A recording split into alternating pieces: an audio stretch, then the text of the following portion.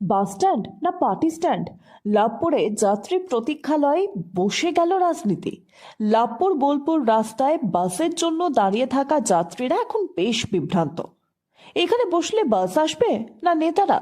কারণ অভিযোগ উঠেছে সরকারি টাকায় তৈরি যাত্রী প্রতীক্ষালয় নাকি রীতিমতো রূপ নিয়েছে তৃণমূল কংগ্রেসের দলীয় কার্যালয়।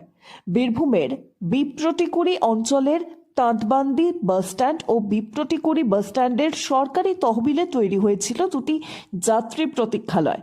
উদ্দেশ্য ছিল সোজা সাপটা, রোদে পড়বে না, বৃষ্টিতে ভিজবে না, একটু বসে আরামে বাস ধরবে যাত্রীরা।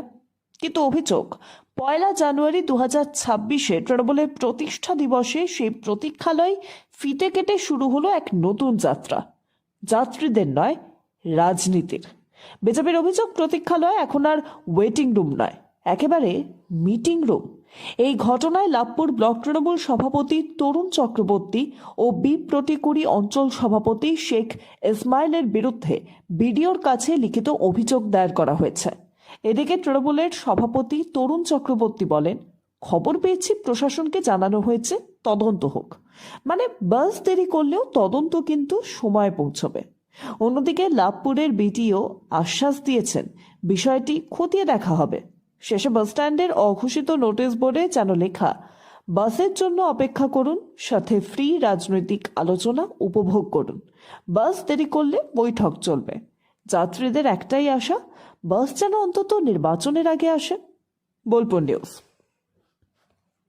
তার উদাহরণ তাঁতবান্দি বাস স্ট্যান্ডের যে একটা যাত্রী প্রতীক্ষালয় ছিল, সেটা বিগত 6 মাস আগে তৃণমূলের পার্টি অফিসে পরিণত হয়েছে এবং বর্তমানে 1/1/2026 বিপ্রটিকুড়ির বাস স্ট্যান্ডে যে যাত্রী প্রতীক্ষালয়টা ছিল সেটাও রং করে তৃণমূলের পার্টি অফিসে পরিণত করা হলো এবং দুটো প্রতীক্ষালয় তৃণমূলের পার্টি অফিসে পরিণত হলো।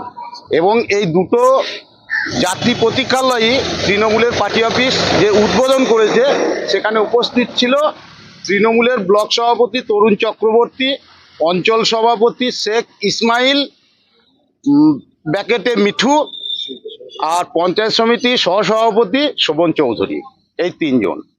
আপনারা হয়তো জানেন না, বিপ্রটিকুড়ি অঞ্চলে এত সন্ত্রাসের বাতাবরণ, যেটা আমরা সন্দেশখালীতে শেখ শাহজাহানের নাম শুনেছি, বিপ্রটিকুড়ি অঞ্চলের ঠিক শেখ শাহজাহান হচ্ছে শেখ ইসমাইল মিঠু। এই প্রতীক্ষালয়গুলো আমরা তো জানি এগুলো সরকারি টাকায় প্রতিষ্ঠিত, কারণ যাত্রীরাই ওখানে বসতো এবং